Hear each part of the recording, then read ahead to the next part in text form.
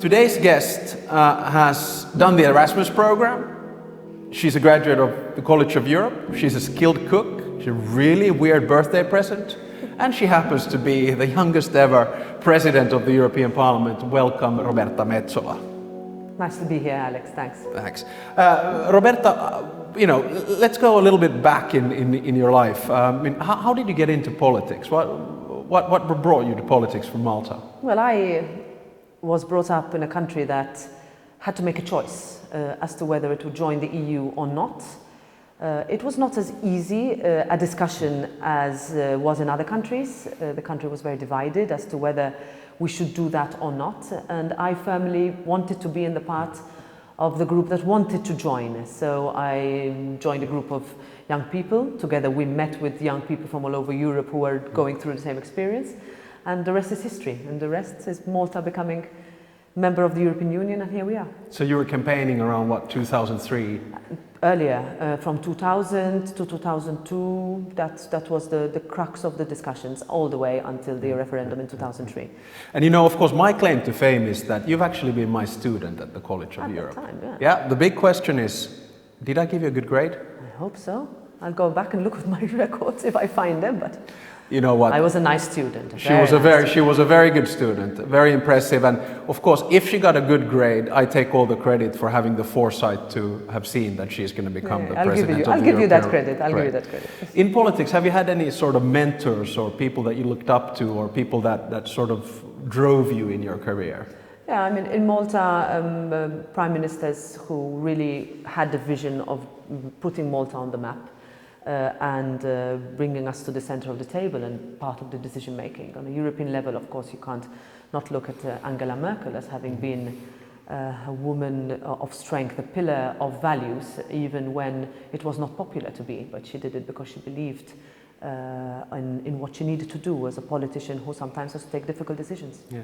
And did you feel that you got into politics because of domestic issues, or was it basically because you wanted to make Malta European and Malta international? I don't make a distinction between European and domestic issues. For me, being Maltese, whatever has to be done in my country for people's lives to be better, which is basically what politics is, if you want it to be a force for good, is partly also because of the fact that we take decisions at a European level that makes people's life better. Yeah.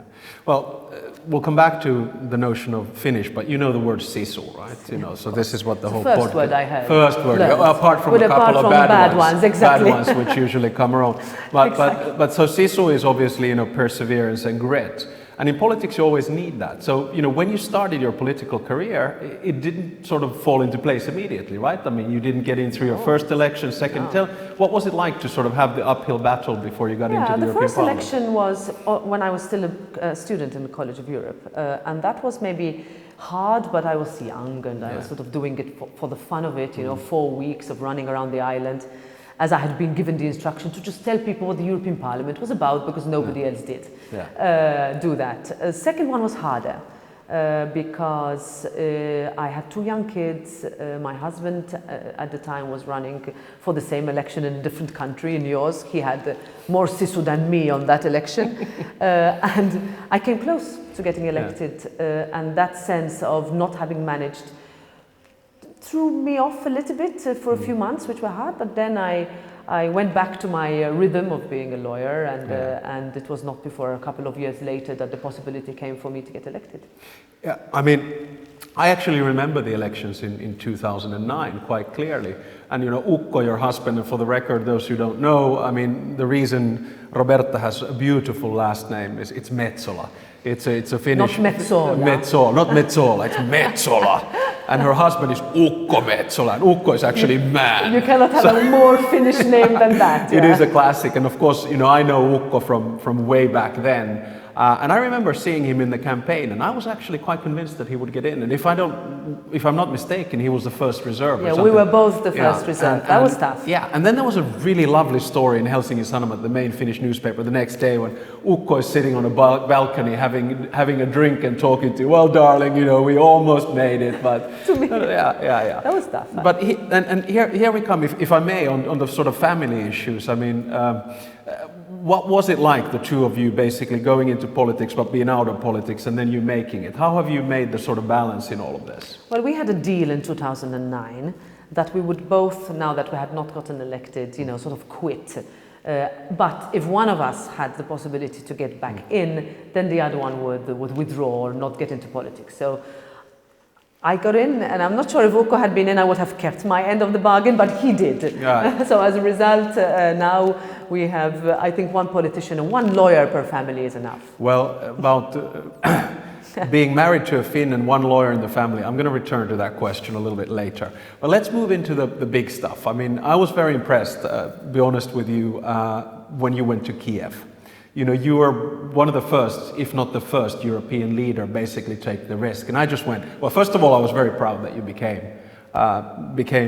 president of the European Parliament. But secondly, I've seen your political moves. And going to Kyiv, run us through that. What was it like? It was early in the war, right? Yeah, it was 1st of April. I got the invitation on a Tuesday night to address an extraordinary session of the Ukrainian Parliament on Friday at 1 p.m. And I got it just by text message, and they said, can you make it? And I said, yes.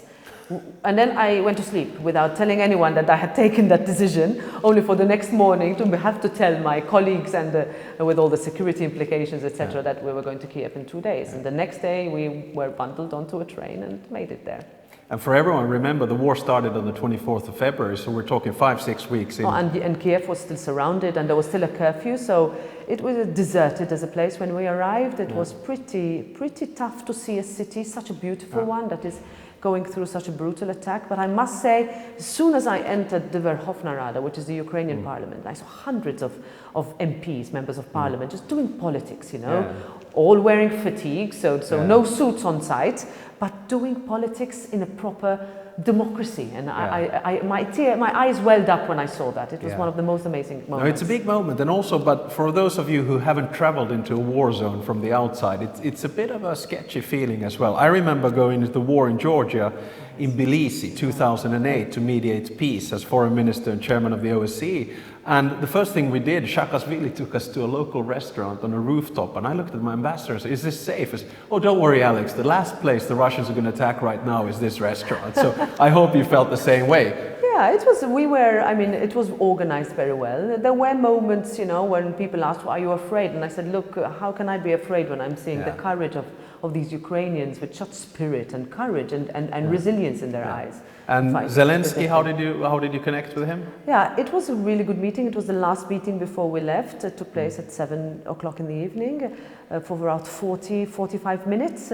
And it was extremely organized, you know, with a list of asks what President Zelensky, with his government and advisors who were very, very well tasked with giving us that list of asks as to what they needed from the European Parliament, but from Europe, and targeted to what was needed, and also a discussion on reconstruction already then of different cities in Ukraine after the war, but generally a message of we need help because we are fighting your war. Yeah, I think, you know, your visit was both symbolic, but it was also a portrayal of why the European Parliament has become an actor.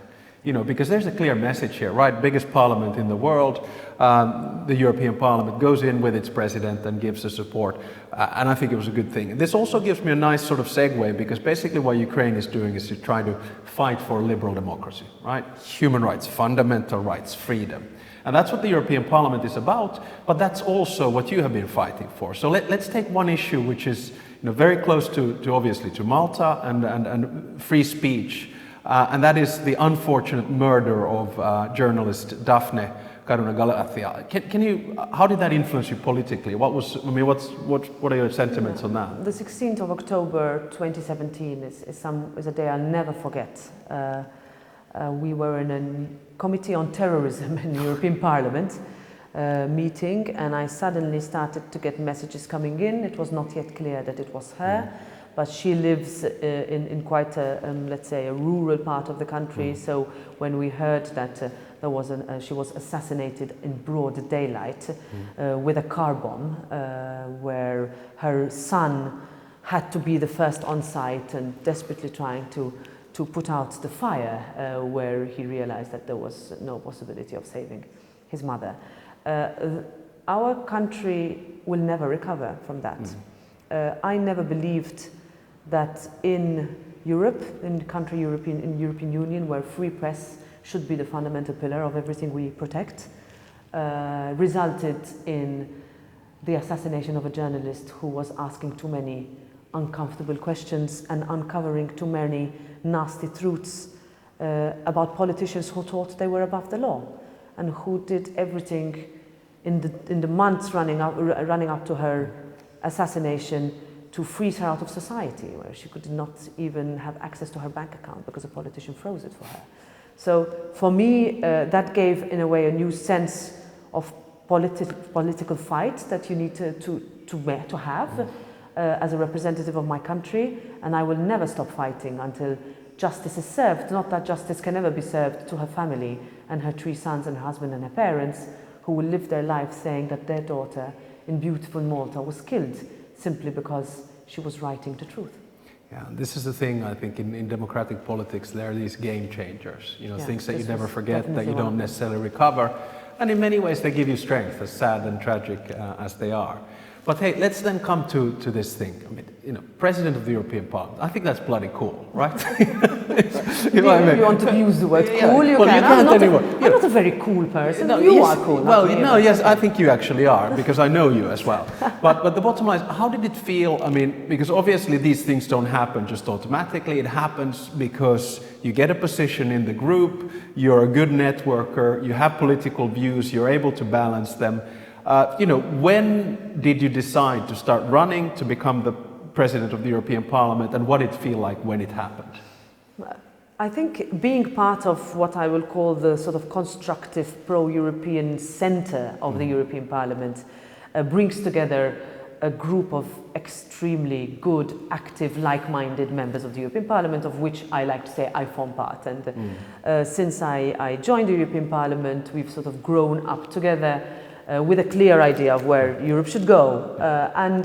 When the opportunity came in September, when I was asked by my chairman, Manfred Weber, to look at the possibility, together with another couple of candidates, we started very openly and transparently discussing about what first my political group wanted, but also then what the European Parliament should look like, and whether it should finally, after 20 years, be led by a woman, someone younger than previous presidents, also someone from a small, although I don't like to call my country small, but I'll say it, in comparison, small member state where there's no discussion between what's a new member state, old member state, size, etc. So then it led up to a very difficult period, which was dominated by the death of my predecessor. So 6 days before my election, my beloved predecessor, David Sassoli, died. So in a few days running up to those crucial moments in Strasbourg, we came to Rome for the state funeral, and it was very, very tough. Then we arrived in Strasbourg on the 17th of January. The 18th of January, my birthday, was my election. And I remember not thinking much, because I was prepared to win or to lose. I was running with 2 colleagues of mine, both women, and we know and like each other, even though we come from different political groups. So we stood there and gave our vision of what we thought the European Parliament should be in 2022. This is pre-war. We focused on digital, green, youth, future. My speech today would be very different to what it was then. But one thing that dominated my thoughts is my parents were in the balcony. And I was trying to look for them. So I was, and Strasbourg is a pretty big room, and I was trying to see, where's my mother, where is she? Until, of course, I realized that there's one lone woman clapping at the top, and she was being shushed by the ushers, and she was ignoring them completely. And I said, there she is, I'm doing this, ultimately, as a proud daughter of parents who brought me up well. Yeah, no, it's a lovely feeling, but they didn't have a flag or anything almost, like that. Almost. She was almost waving her coat up there, but yes. Good. We're moving towards the end of our podcast, and let's, I need a little bit of advice, right? Now, you're born in January 18th. My wife is born January 25th. She's now British originally, but now British and Finnish. She's a lawyer. She's married to a Finn. So, you know, if you were to give some advice to her, I mean, what would be the advice? We've been married since 1998, but what would you tell her? What should you do? Because I know Suzanne, I think, you know, she's pretty patient, but I think, you know, she's a good match for you, and it's really nice to see you. You know, we've seen you in social settings and formal settings, so I can only say, you know, that it depends on the person. She's not Maltese, so she's not sort of southern and emotional and dramatic.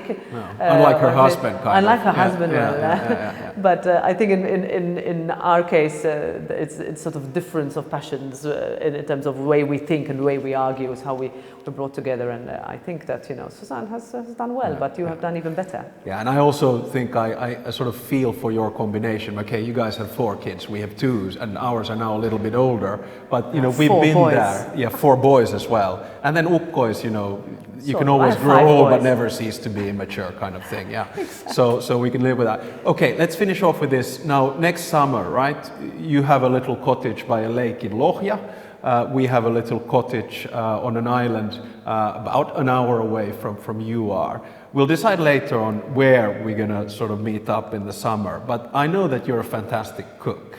Now, you also know that Berlusconi in the olden days, he said, you can't give the food agency to the Finns because they don't even know what prosciutto is. You will never forgive him from We will that. never forgive him. That's why we took Parma. the Parma. That's right. So tell me, what are your favorite foods and what should I cook if you come to our island, and what will you cook if... As long as there's plenty of it and it's not with fennel, I eat anything. The only thing I don't like is fenkoli. Okay, and I like fenkoli, so we'll keep that apart.